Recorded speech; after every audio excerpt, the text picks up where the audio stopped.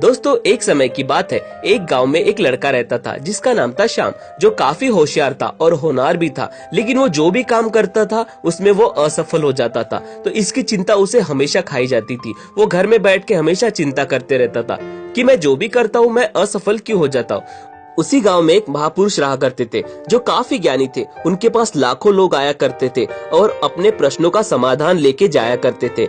तो इसी तरीके से एक दिन शाम के दिमाग में आया कि चलो मैं उनके पास जाके आता हूँ, शायद मुझे अपने प्रश्नों का उत्तर मिल सके। तो एक बार शाम उनके तरफ जाने के लिए निकल जाता है और शाम उनके पास पहुँच जाता है और शाम उन्हें कहता है कि ए महापुरुष, मुझे एक समस्या है, मुझे इसका समाधान दो, मैं काफी दिन से परेशान हूँ।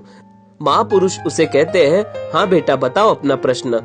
तो श्याम उन्हें कहता है, ए महापुरुष, मैं जो भी काम करता हूँ मुझे उसमें असफलता ही मिलती है। मैं सफल हो पाऊंगा या नहीं ये चिंता मुझे हमेशा सताते रहती है। तो इसके लिए मुझे क्या करना होगा, प्लीज आप मुझे बताइए। महापुरुष श्याम को कहते हैं कि ए बेटा तुम अभी चले जाओ, कल सुबह 6 बजे तालाब के किनारे आ जाना। सुबह 6 बजे श्याम तालाब के किनारे आ जाता है और वहाँ पे देखता है कि महापुरुष जो है वहाँ पे नहाते रहते हैं। तब महापुरुष उसे बुलाते हैं, ए बेटा तुम तालाब में आ जाओ और यहाँ पे डुबकी लगा। तब श्याम वहाँ पे डुबकी लगाता है और डुबकी लगाते समय ही जो महापुरुष रहते हैं उसे हाथों से दबा देते हैं। तभी श्याम तड़पने लगता है, उसकी सांसें रुकने लगती है, उसके दोनों हाथ बहुत जोर जोर से वो पानी में मारने लगता है और वो अंदर ही अंदर चिल्लाने लगता है।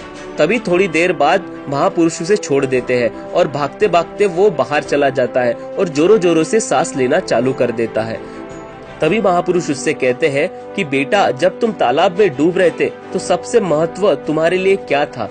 तब श्याम कहता है कि उस वक्त सबसे महत्व मेरे लिए ये था कि मैं सांस ले पाऊं। अगर मैं सांस नहीं लेता तो मैं मर जाता। उस समय मेरा दिमाग सिर्फ यही सोच रहा था कि मैं कैसे सांस ले सकूं।